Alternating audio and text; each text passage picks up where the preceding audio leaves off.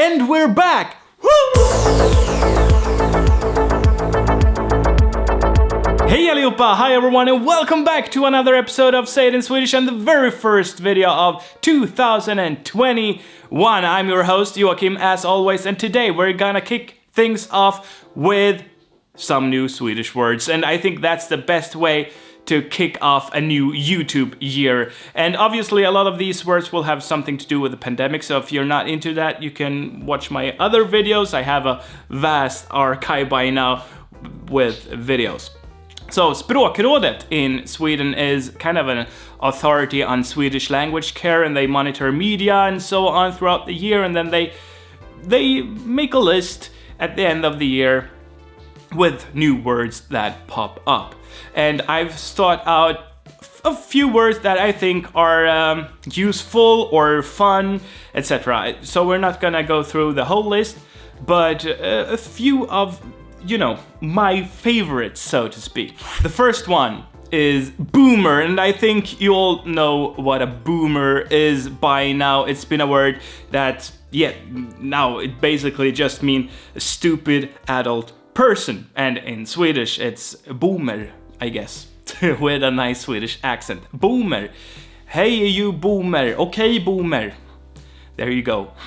Then we have cancel culture in Swedish, which is a direct loan, and it's CANCELKULTUR. So we have the word cancel with a nice Swedish accent there. I don't think anyone would say CANCELKULTUR. That's weird to me. Maybe that's how some people pronounce it. I would say CANCELKULTUR here.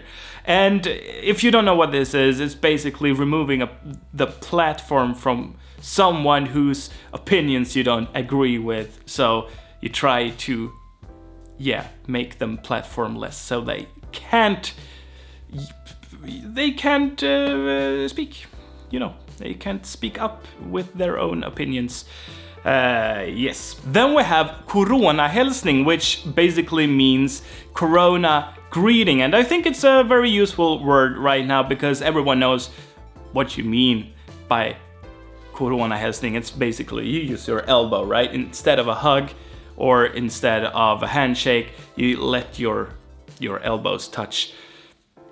Very nice, but you could also just wave, I think. I mean, or nod or something. I don't know, some people, they really need to touch other people.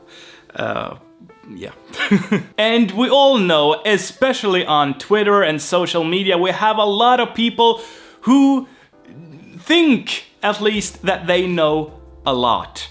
So we got a lot of epidemiologists. There's the word. Hobbyepidemiolog. So in Swedish we have So in Sweden we have a lot of hobbyepidemiologer, which basically are people who think they know better than the epi things. Exactly. And then we have a new word that is related to fake news, basically, that we got like 4 years ago. Luckily those times are kinda over. We had a lot of fake news. Everyone's screaming fake news. No one is really doing that anymore, but propaganda and false facts, we have had that since forever, so that's not going away. But now we have a new word for spreading fake news and dangerous rumors, and that's infodemi. Infodemi. Infodemic. So info and epidemic, and it's basically because we're in an epidemic right now, and you know, we have a lot of conspiracy theories when it comes to the epidemic and so on, related to 5G and Bill Gates, and you all know already. And so I think it's a great word. It's kind of funny, but it's also very useful, and it really mirrors our times right now. The word KANSKE-MAN or KANSKE-MAN, that's a very interesting word, and the word kanske or kanske is a weird word, which means maybe, and as you can see I can pronounce it in different ways. I'm gonna make a video about that, mental note. Anyway, the word means maybe man, kanske man. And it's basically a man that won't commit. It's a maybe man. Someone that doesn't want to go, grow up and commit. They want to freeze the relationship in an unlabeled state so that they don't need to, have any obligations, I guess. So that's a very interesting word. Useful, I'd say. And then we have the next step of mansplaining, which is LESSERWISSER. LESSERWISSER. So, Besserwisser is a German word that we use in Swedish. It means someone that is a know-it-all, that knows better. And LESSERWISSER is someone that's from English, lesser. Someone that knows less, but still explains to someone that knows more. So it's basically mansplaining, but unisex for everyone. And it's, basically someone that knows or think they know more than they do. That happens a lot. So it's a very, very good word, I'd say. And since everyone is meeting up in Zoom calls nowadays, we finally got a word for muting the mic. Normally we would just say turn off the mic, stänga av mikrofonen, but now we have the word MJUTA. MJUTA means to mute, right? You can hear we borrowed the word from English. I guess the interfaces are mostly in English, and if we have meetings, we might have meetings with, or in English at big corporations and so on. So that's logical. The thing is, me as an IT person and gamer, I've used the word mute for maybe 20 years already. Att muta. So that's nothing new to me, but now it has basically entered the mainstream, which is cool to see. So we have borrowed this from English, and it's a lot easier to say that, I guess, than stänga av mikrofonen. But it's stänga av mikrofonen rolls off the tongue very nicely as well. So stänga av mikrofonen. Kan du muta dig? I guess as something you would say. Could you mute yourself? Yeah, why not? Then we have självkarantän and social distansering, and I think you can guess what those two mean. Självkarantän, self quarantine, and social distansering, social distancing. Yeah. And you know what they mean, self-quarantine. You decide that if you're sick, or maybe if you aren't sick, you stay at home just to keep everyone safe. And social distancing, social distansering, means that you don't meet your friends all the time, and you might a lot of people argue about this, because if we have Zoom calls and video calls and so on, it's not really social distancing. I think a lot of people try to hang out anyway, so it's more like a physical fysisk distansering, I'd say. But doesn't matter. Last year, 2020, was a very, very weird year altogether, and people started questioning the existence of statues, certain statues. For instance, in America, white colonialists and, certain statues there spilled over to Sweden, as it normally does, and people started petitions to take down very old historic statues with kings that might have been tyrants or oppressors of a region that they took over that is now a part of Sweden.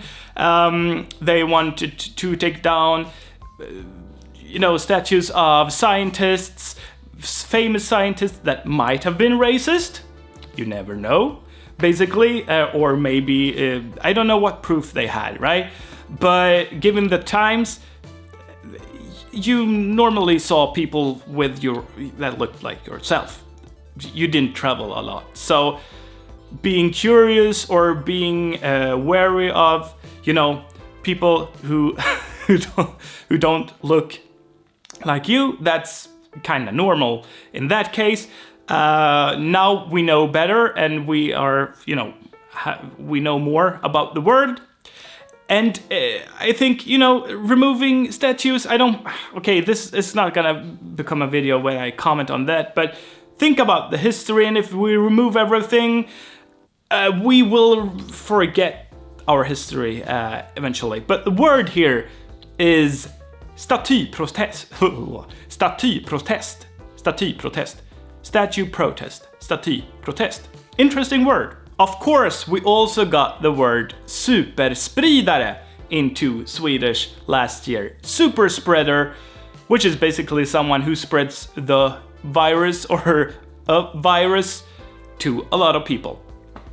Superspridare, very interesting phenomenon and an interesting word. TURISMKORRIDOR, tourism corridor, is a very interesting word, and it basically means that two countries with few or no cases of the virus, they can get tourism going again, because we have a lot of travel restrictions right now and tourism is really suffering, we all know that. And to get that going, two countries with no or some, just a few cases, they can let the citizens go to each country to tourism, basically, to exchange money.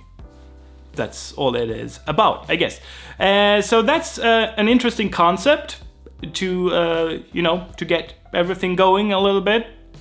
And the word is interesting. Turismkorridor. And related to that, we have Underturism, under tourism, which basically means that these, these places, these villages or cities, they can barely survive at all because there is no tourism. It's basically their only income, and that's underturism, under tourism. Zombiebrand, zombie fire. It's a phenomenon I didn't know existed, and it's super, super interesting. And I guess we get this word now because throughout the world we have a lot of wildfires. I mean, I don't think right now, at least, but generally the last couple of years, I think it feels at least that it has become more occurrent. So I guess that's why we get this word now. And a zombie fire is a fire that lives under snow. It gets slowed down, I guess. And then during spring, it gets a new life, basically, because the snow slows it down. And then there's just no snow, and everything dries up. The fire can continue. So that's a very dangerous and interesting phenomenon. And the last word for today is ZOOMBOMBNING, which is zoom bombing. And you all know about photo bombing.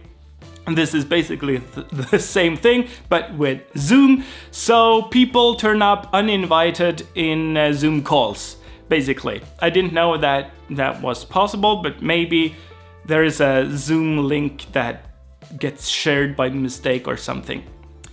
Interesting word, interesting concept. I don't have Zoom. I don't use Zoom. I only have meetings with myself. Alright people, that was everything for today. Thank you all for watching, and stay tuned for another video next week. If you want to learn some Swedish, you can do that on sayitinswedish.com. If you want to talk to me and the community, you can do that on Discord. Link is in the description down below. And if you want to support my project, and if you want me to be able to eat and have coffee, very important. If I can't eat, I need coffee. Then become a patron member. You will unlock some extra stuff on the site for that. And thank you for being you, and stay safe. Vi ses i nästa video. Ha det bra, puss och kram, hejdå! So in Sweden we have a lot of